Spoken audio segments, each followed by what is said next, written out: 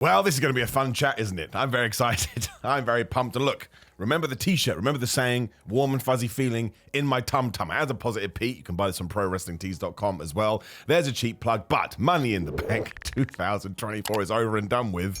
At least from my Twitter interactions today, people are really, really mad. Now, I think the reason people are really, really mad is because of the men's Money in the Bank briefcase. Now, look, there may be other reasons that you're mad that I do not address. Get in those comments and let me below. But mostly, the men's Money in the Bank ladder match was really, really good. They killed each other. There was murderous intent when Drew McIntyre threw a ladder into Jey Uso's face, which is kind of poetic given their history. He climbs a damn thing. He becomes Mr. Money in the Bank, which makes him sound like a Sesame Street character. And as he promised us on Raw, he then gets involved in Damian Priest versus Seth Rollins, and he's about to win the World Championship. He has officially cashed in his Money in the Bank for the second time in history. We do have a triple threat match courtesy of Money in the Bank, where CM Punk, who had decided very handedly to live under the ring in Toronto, Canada, he gets involved. He gets revenge for Drew McIntyre trying to kill him in Chicago a couple of weeks ago. He beats him up. He beats him with chairs. He strangled him with a cable. He hit him with chairs. I already said that. He smashed him with the World Heavyweight Championship. When Damian Priest came to, and he was like, oh, why is Drew McIntyre here?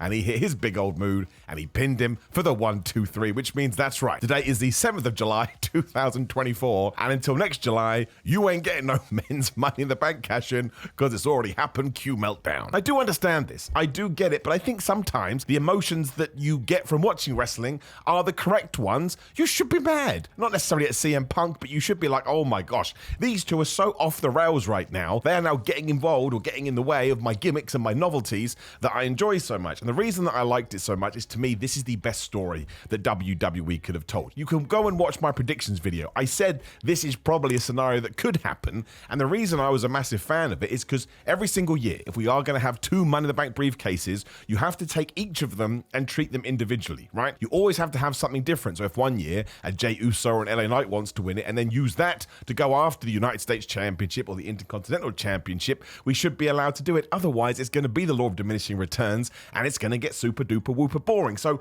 this year, rather than have the old Damian Priest going, oh, should I cash in? No. Oh, maybe, I don't know, which also wound people up, by the way, and people called him stupid. We have taken the men's Money in the briefcase. We have used it as a catalyst, I suppose, to heat up the feud between CM Punk and Drew McIntyre even more. And the reason I like it so much is because the women's Money in the Bank is still in play. And if you actually get into it, most of the time, WWE would just throw the women's one away within 24 hours or a week. So this time we have reversed it, but nothing feels cheap here, right? It doesn't feel shallow. Again, I said, I'm repeating myself. I totally understand somebody saying we didn't need to throw it away for Drew versus Punk, but I just massively disagree. I can't help it. I search my feelings like a Jedi. I think it has turned that into the hottest feud in all of professional wrestling right now. I don't think there is one that has more heat than those two. And Tiffany Stratton won the women's one. We'll talk about that match later as well. It has now allowed whatever we do with her to feel special, to feel novel, to feel gimmicky, to feel unique, because that can be the Money in the Bank that we talk about now, and there's not another one to muddy the waters. I just think it's a really, really good play. I really do, and I think we've sat down and we've thought about this, and the counterpoint to that would be, but Simon, we're trying to build new stars here, and a great way to do that is the Money in the Bank briefcase. Not if they're not going to cash it in successfully. Would I have loved it if Carmella Hayes had won? Yes. Do I think Carmella Hayes the next year is going to be WWE champion? No. So he was going to get screwed over. LA Knight's future is with the United States Championship, so it wouldn't have necessarily benefited him. Jey Uso, totally get it. I would have been more than happy with that, but that's okay. It doesn't bother me that we didn't. And everybody else in that match, Andrade going to be WWE champion, and so on and so forth. Now, Chad Gable still comes out the other side looking like a damn star. He was doing stuff in this that I'd never even seen before, so I can't help it. I tried to hate. I really do. I went and tried to be a negative Nancy. I thought this was fun. I thought this was exciting. And again, when CM Punk was just beating up Drew McIntyre, I was like, man, Punk, there's just something about you. You bring a certain realness to the situation, as does Drew. Make sure you go and watch what he did after Money in the Bank. He goes to where the pre-show area is, although it's the post-show. He's smashing the crap out of the place. He's shouting, I know where your family lives, CM Punk, which you're not allowed to do. Is most definitely illegal. He elbowed Adam Pearce in the face. Wade Barrett had to get involved again, and that's got to tie into something. That's the second time that Wade Barrett has done that. I don't want to sound like a nerd here, even though I am a nerd. It felt real, or at least the feud that they're having felt real. Like, look up the word feud in the dictionary, right? You could argue that CM Punk and Drew McIntyre is the only feud that actually deserves to have the word feud, #feud, because it actually feels like they hate each other. And now Drew McIntyre absolutely can be at his wit's end to be like, I don't even care about the World Championship anymore. I only care about you, CM Punk, and removing the head from your body and flushing it down the toilet. And I don't think you can get to that sort of mania or chaos without CM Punk making, because it's got to the point now where someone like an Adam Pearce or a Triple H or a Nick Aldis, that one doesn't really work, needs to step in and say it's gone too far now, and you're ruining stuff in WWE. I think it's fantastic. I think it's different, and it's a way. So now when we go to 2025, because listen, man, time ain't slowing down. You're going to be blinking, and it's going to be 2025 Money in the Bank. And then we can do the brand new star building, push this guy up to the wim-wham. Then, and it will feel even more fresh because we didn't do it this time. And I think you have to argue that's what we did with Damian Priest. He feels like a way bigger deal than he does these days. And that's because he won the Money in the Bank briefcase and he cashed it in. So we've done something different this time. If you really want to see someone go on that journey, you can do it with Tiffany Stratton. Now, I know you hate me right now and you're shutting up the screen because we can't have a dialogue here. Just drop me a comment. None of this stuff is that deep. It's just pro wrestling. This is the positive corner of wrestling, as I always tell you. Although the caveat to all of it is a massive shame that when Seth Rollins did his Falcon Arrow spot, Damian Priest didn't kick out. Now, I don't care, because people make mistakes, and whether it was the referee's fault, it was Damian Priest's fault, or it was a sound guy who was meant to push play on Drew McIntyre's music and he was a bit late, what are we going to do? Nobody meant for this to happen. Whoever was responsible right now is going to be feeling worse than any of us. I do totally, again, I'm repeating myself, understand that you may be like, oh man, that took away from the fun, or it stole the momentum away. Of course it did. That's what happens in all walks of life. I remember when I used to be quite good at running when I was younger. Here's a Simon sub-quest for you. But I used to be quite good at running. And we were doing it was either the 200, I think it was the 200 meters. And I was all ready to go. I was all pumped up. And do you know what happened when the gun went off? I slipped. That's right, I slipped. My left foot went out, so I fell on the floor. And if you know anything about running, that's it, man. You dead. You ain't getting back into it. And it really bothered me. And it ate me up inside for ages. What I didn't need was Nelson Muntz walking in and going, ha ha.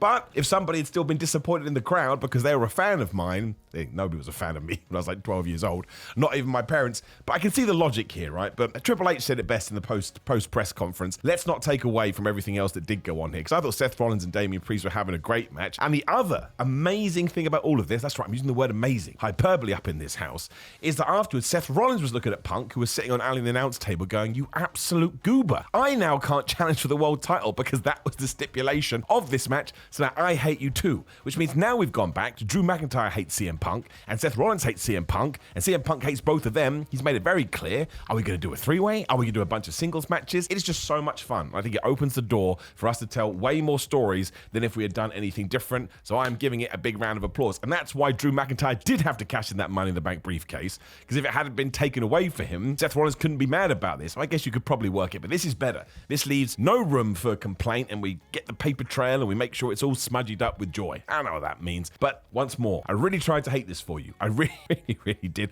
but I can't. I thought it was excellent, and I thought the whole show was pretty damn good too. That women's Money in the Bank ladder match, what really annoyed me, I said this on Ups and Downs, check it, there'll be a card on the screen right now. I understand this is the minority, but still, you see things, it gets in your brain. Some people call it sloppy. I was like, it's a ladder match. What do you think it's going to be? Like a bunch of people just like surfing around all smooth?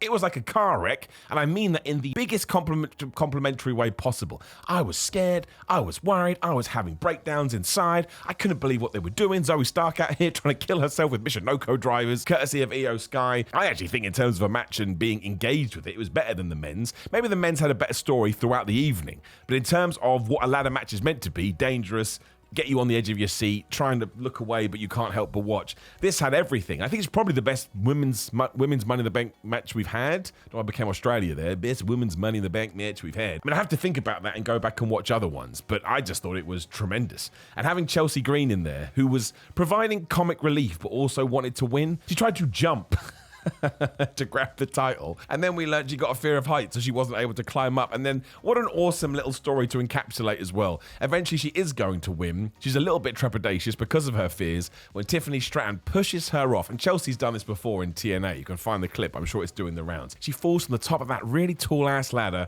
and she crashes through two tables. At one point she even held her head like this is gonna suck. honestly, man, the sheer effort they put into this. Zoe Stark doing dives and cracking her head on ladders, and Tiffany Stratton winning, just, it makes all the sense in the world. We talked about this in the predictions. I know it's boring, I keep saying it, but now we have to talk about it. She should help Nia Jax beat Bayley at SummerSlam, and then you have this amazing dynamic, which I don't think we've ever done before. Please correct me if I'm wrong, I am a moron. Where Nia Jax will be the SmackDown champion, Tiffany Stratton will be the women's Money in the Bank holder, and Tiffany can be like, I'm not actually going to cash in on you, I'm definitely going to cash in on whoever the Raw champion is. And you can do that, you can make them a little partnership, or we get to WrestleMania, and she can totally screw her over. I mean, you probably, as mad as it sounds given her character, you probably could turn Tiffany Stratton babyface. She came out here and got a mega pop.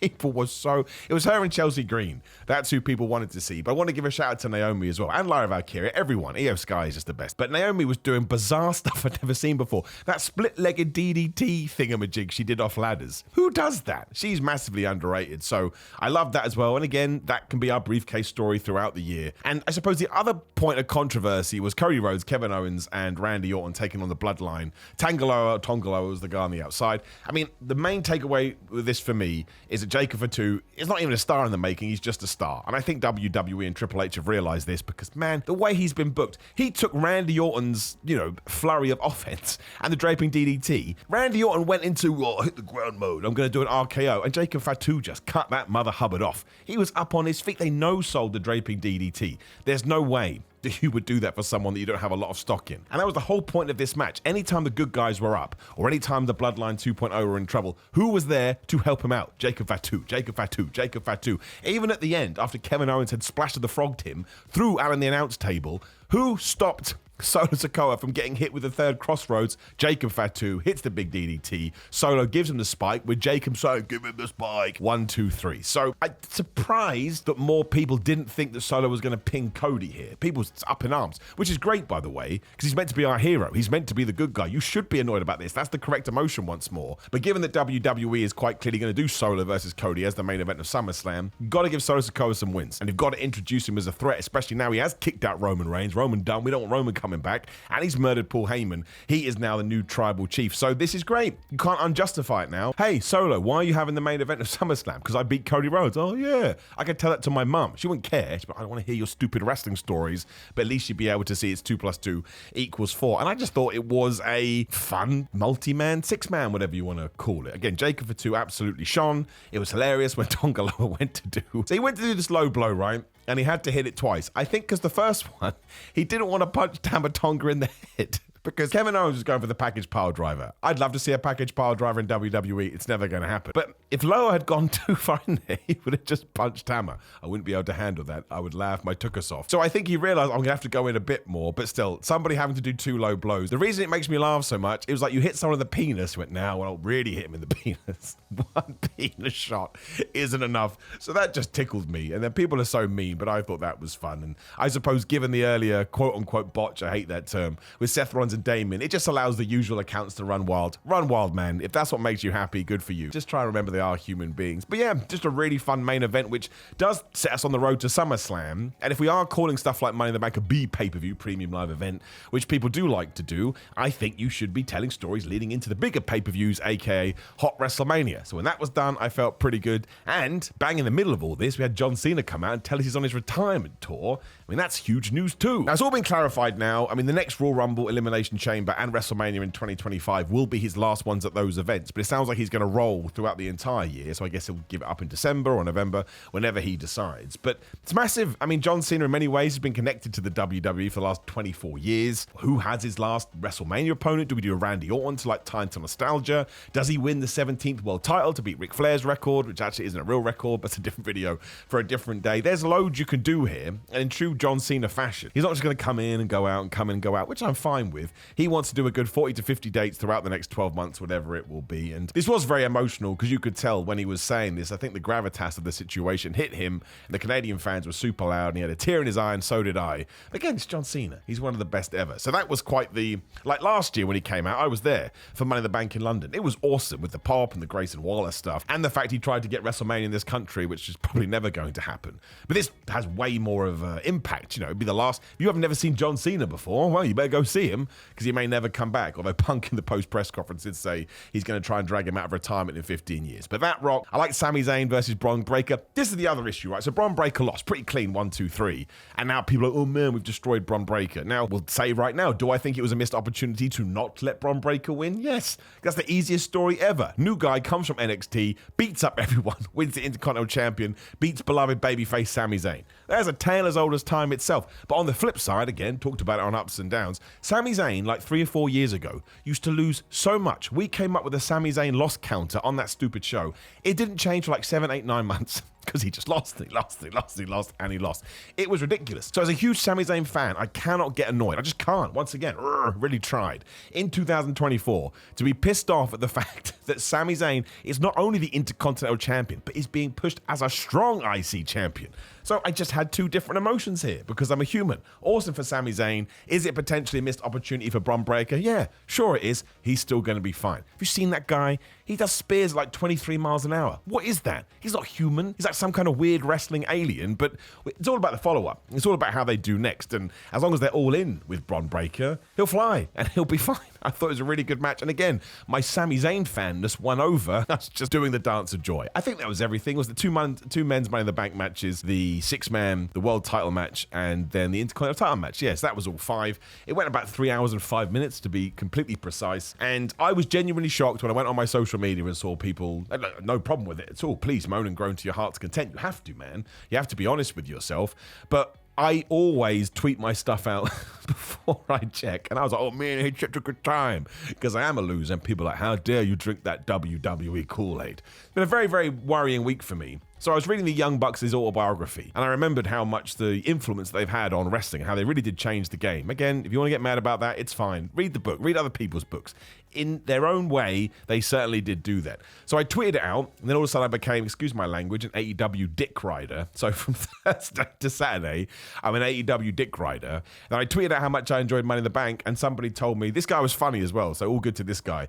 He told me I was drinking the WWE Kool-Aid. You got to pick one, man.